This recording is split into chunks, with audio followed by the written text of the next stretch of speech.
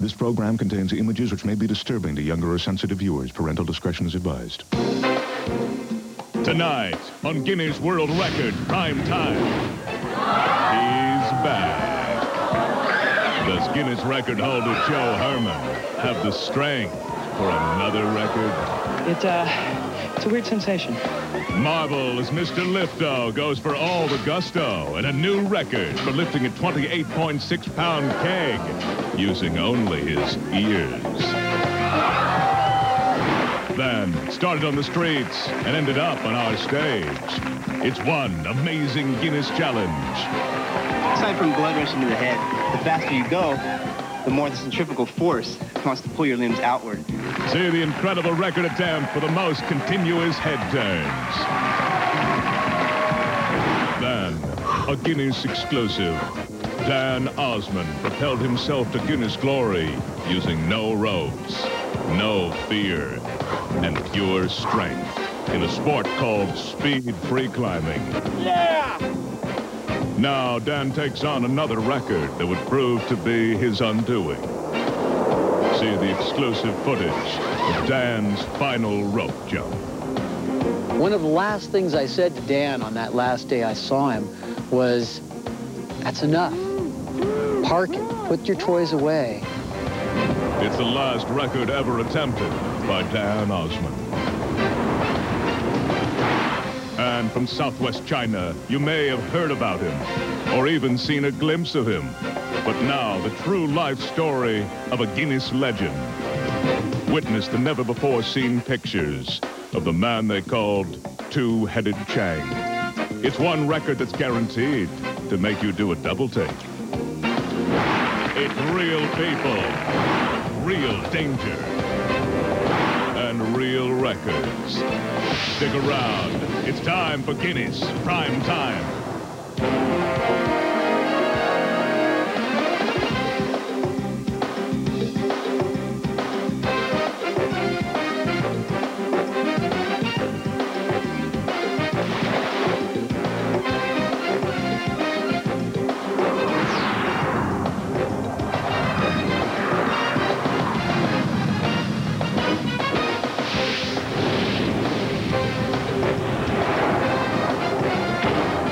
From Los Angeles, the host of Guinness Primetime, Chris Collinsworth. Good evening and welcome to another edition of Guinness World Records Prime Time. On our program, we have featured several people who hold multiple records. Tonight, the man you may remember as Mr. Lifto will attempt to put his name into the record book one more time. Let's go to Mark Thompson. I'm here with Joe Herman from Austin, Texas. Joe, you were here a while back. Let's take a look at your last record attempt. I think the record was the most weight hung off several different body parts. It was ears, tongue, and nipples. At the same time? And that put me in the record books, yes.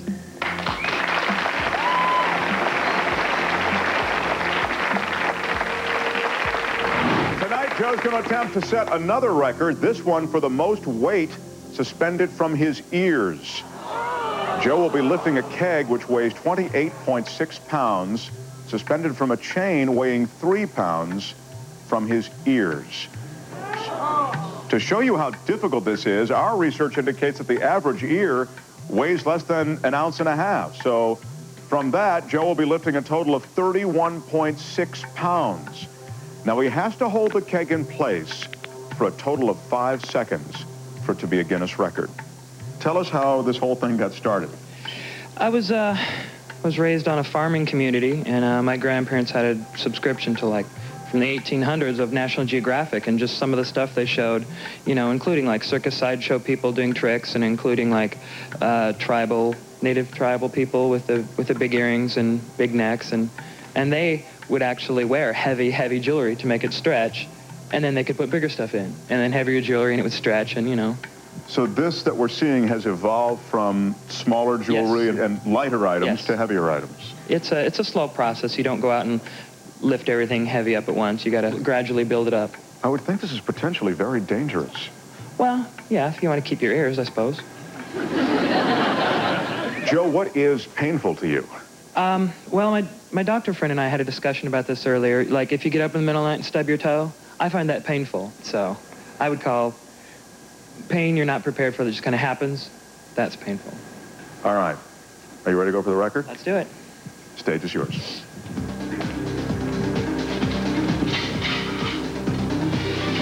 I remind you, the total weight Joe will be lifting, including those chains, will be just under 32 pounds. Extreme care has to be taken for the keg not to swing at all. Otherwise, frankly, one of Joe's earlobes could be completely torn. They're getting ready to release the keg. And yet you can already see the extreme stress on Joe's earlobes. It's got to be a 5-second suspension. The clock starts now. 3, 2, 1. That's the record. He's continuing. 7, 8, 9. Wow, Joe is close to, that's it. That's enough. Unbelievable. Oh, my. Unbelievable. I clocked it unofficially at 13 seconds, so you'd broken the record at 5 and you felt you could do even more. Yeah. It's a weird sensation. I was focusing on the tugging on your ears, but it's also so much weight to support by your head. It's a bit weird on the neck, but the problem is the weight actually closes your ear canal, and so that it messes with your equilibrium, and you get, like, you know, when you're up in the mountains and you get that kind of lightheaded feeling. That's how it feels. So there's almost a sense of dizziness, you're saying? Yeah, a bit. Which could be very dangerous if with this keg suspended from your head. Yeah. Well, you cheated this danger tonight. That was incredible. I want to take a look at it again, and maybe you can take us through it. Now, they pull away. Yep. You gave them the cue. Yes, it has to be totally level, and so each ear holds the same amount of weight. And here, I'm not sure what I'm thinking about. I'm thinking, like I said, that the ear canals are collapsing, and it's like, before I get too dizzy, I have to set this down again, because my equilibrium's totally shot. Once I stand up again, I'm just like, woo, okay. The Guinness judges tell me the official time, even more than I thought, 16 seconds. Joe holds the record for the most weight suspended from his ears. Congratulations. I give you Joe Herman, ladies and gentlemen, from the Jim Rose Circus, Mr. Lifto.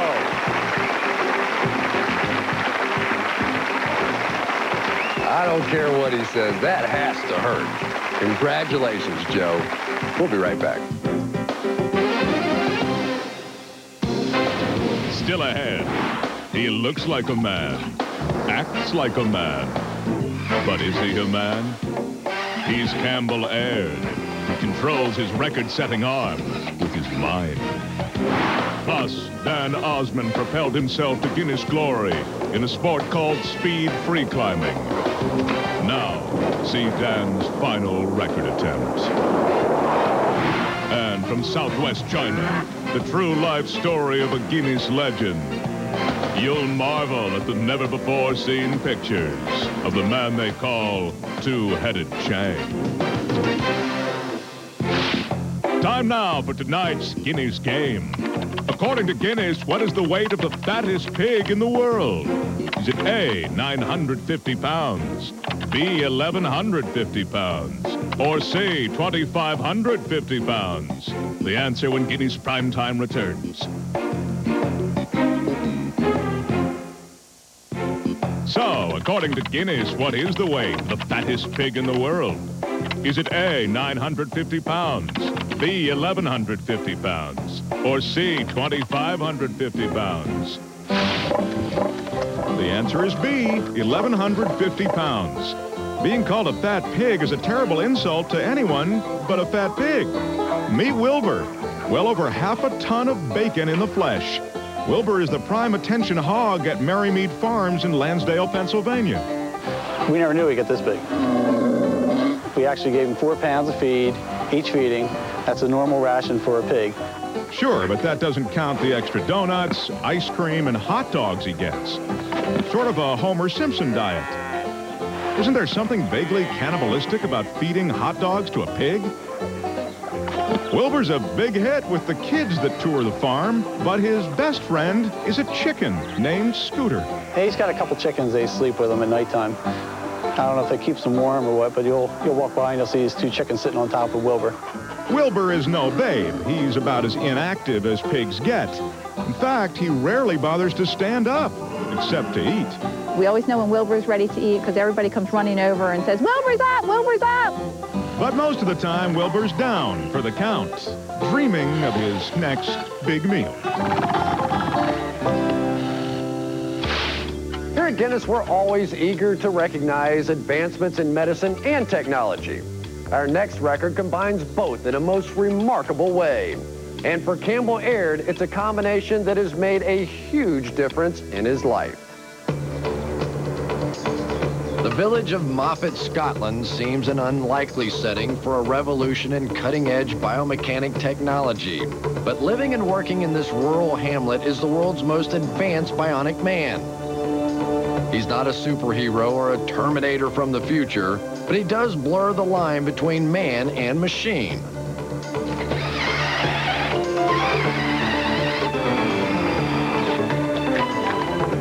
His name is Campbell Aird, a 47-year-old husband, father, and hotel owner from Moffat, Scotland, and the recipient of what Guinness recognizes as the world's most advanced bionic arm.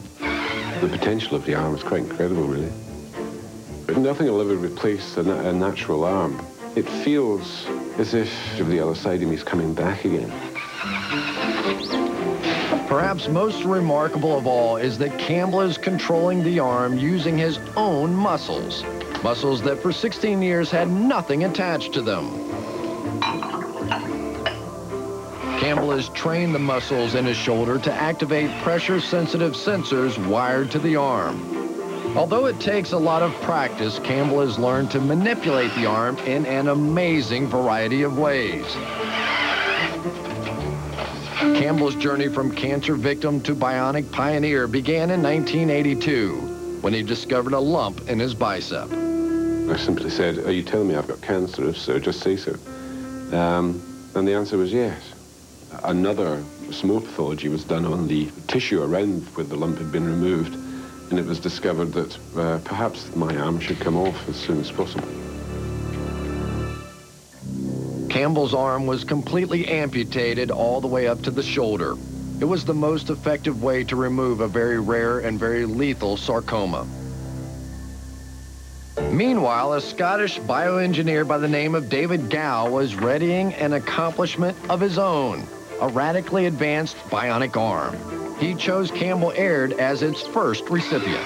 Well, Campbell was an ideal choice because apart from obviously the level of absence that he has with his arm, he's a very motivated individual and he's keen, I think, to try anything and test it to its limits. One component that passed the test with flying colors is the amazingly realistic silicone rubber hand. It acts as a protective and cosmetic sheath over the hand's mechanical endoskeleton.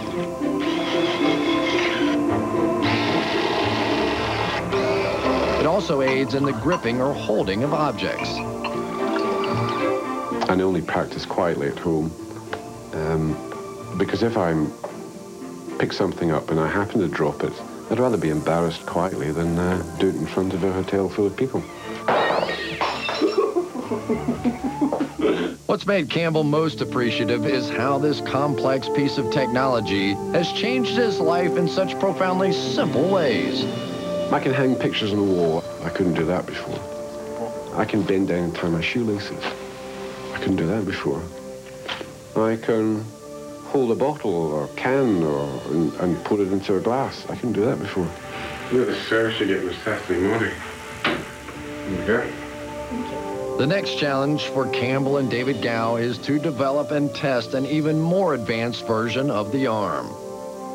The other one that possibly could happen is the development of hot and cold fingertip sensors. And we've heard some rumors of that being developed in America.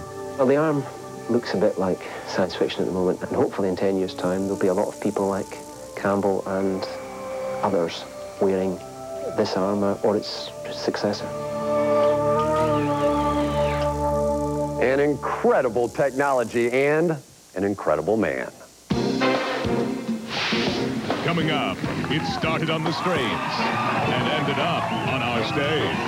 See the incredible record attempt for the most continuous head turns. Plus, it's one record that's guaranteed to make you do a double take. It's the never-before-seen pictures of the man they call Two-Headed Chang.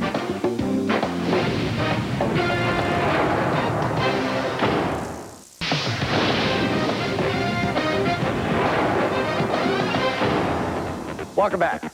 In the 80s, it was commonly referred to as breakdancing, and the body-contorting moves it inspired are known as locking and popping. In the 90s, it's evolved into what's now called urban dance, and it's a category in the Guinness Book that's exploding with energy. Let's go to Mark Thompson. Ladies and gentlemen, from Los Angeles, California, the Guinness record holder for the most continuous head spins, Jason Easy Rock Jeffrey.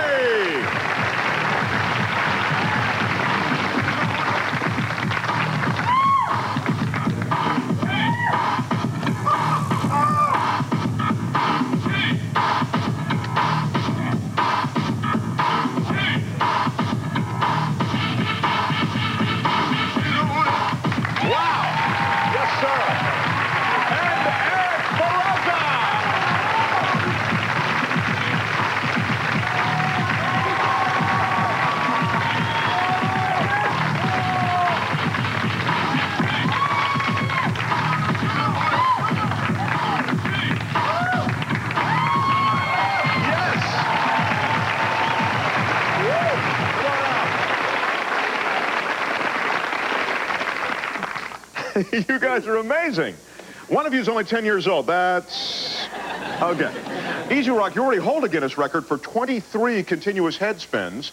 You're a professional dancer. He's danced with Madonna. He's been in music videos. What's the most difficult part of this head spinning? It's basically getting your body in motion. It takes months and months of just getting practice standing on your head. And when we do this, we start off by using our hands to push ourselves around. After a while, you begin to build up more momentum.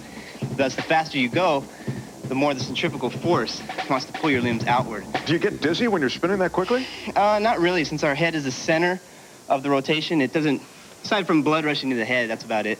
Now, you've been doing this 15 years. You're about to take on a challenger who wasn't even born when you began this. Right. How do you feel about that? I think it's great because he's just ensuring that this dance form continues on, you know. It's 20 years plus, and he's the next generation right here. And he'll go on to teach kids younger than him. That's really cool. Yeah.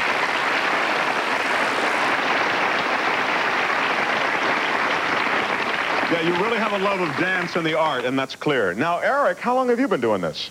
About 3 years. About 3 years? Yeah. So you're a relative newcomer to all of this? Yeah. All right, so tell me, do you think you can beat this old guy here? Yeah. We're going to find out tonight as both of these guys go for a new Guinness record for the most consecutive head spins with a beanie. Now, you guys are both wearing these beanies that have been adapted with a special piece of material. Can you show the audience how that works? Yeah, I got this idea from some European dancers. They kind of came up with this idea of putting a piece of material. It's kind of like an acrylic fiber, like meshed together. And they cut it out of a shopping bag, and then they sew it onto their beanie. And it just, it just makes a nice little cushion of between your head and the surface. All right. Here's how it works. Each of our dancers will take a turn spinning on their heads for as many revolutions as they can. Each competitor will begin spinning using his hands, and then the count will begin the moment his hands leave the floor. Assisting our Guinness judges for this record is Robert Winters. He's from the International Underground Dance Masters Association. We appreciate him being here tonight. Easy Rock, you'll go first. Eric, come on over here.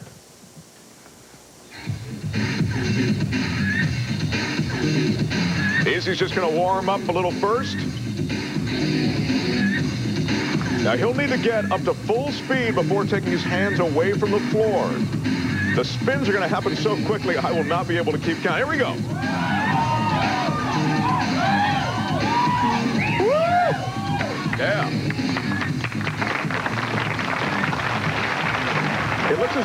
As he extends his feet up in the air, he gets even more spins. There you go. Yes. That was amazing. Wow. That was amazing. While the Guinness judges look at the tape, tell us what's going on here. What I'm doing is I'm slowly, my limbs and my arms, my hands, everything in. And you bring it in. It's similar to what a figure skater would do when they bring in the little spin there. It's really weird. It's like bliss. It's like, I don't even know that anybody's here right now. I'm just like spinning. There's so many variations of it, but right here I'm just trying to go for as many as I can. Now, I saw you warm up at the very end. I remember you sort of kicking right here, up. yeah. Right. Yeah, that's what's called a drill. And we just kind of bring our feet together close. And that's it. Do it till you drop. Guinness judges, do we have an official count on how many rotations for Easy Rock? 28. 28. 28!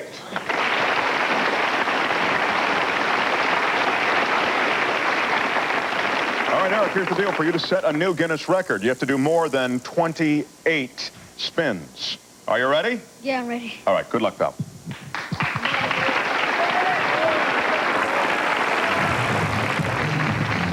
Now, Eric gets to limber up first.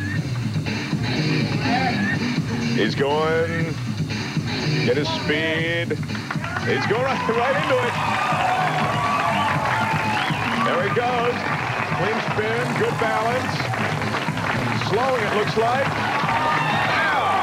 He got some great rotations at the end.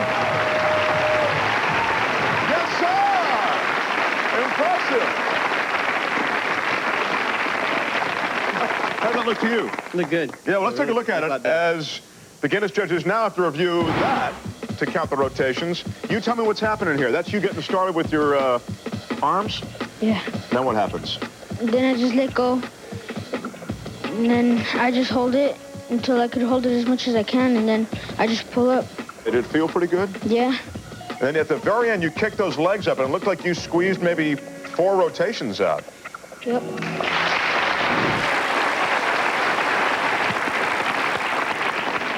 Let's check the Guinness judging table and see exactly how many head spins.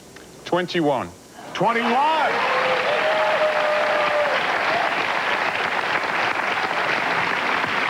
Eric, an impressive exhibition, but today, Jason Easy Rock remains the champion and in the Guinness book. Thank you both for being here. It's a pleasure to meet you. Take us out, would you please? Take us out with some moves. Jason Cadbury and Eric Barraza. Now that's cool. Can you imagine how fast Eric's going to be when he's Easy Rock's age? We're back in a moment.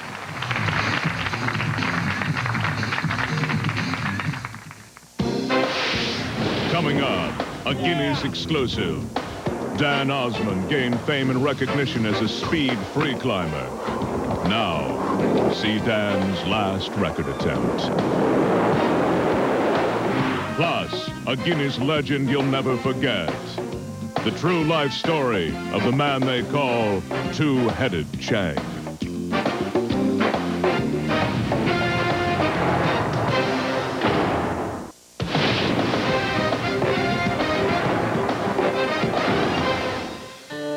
Welcome back.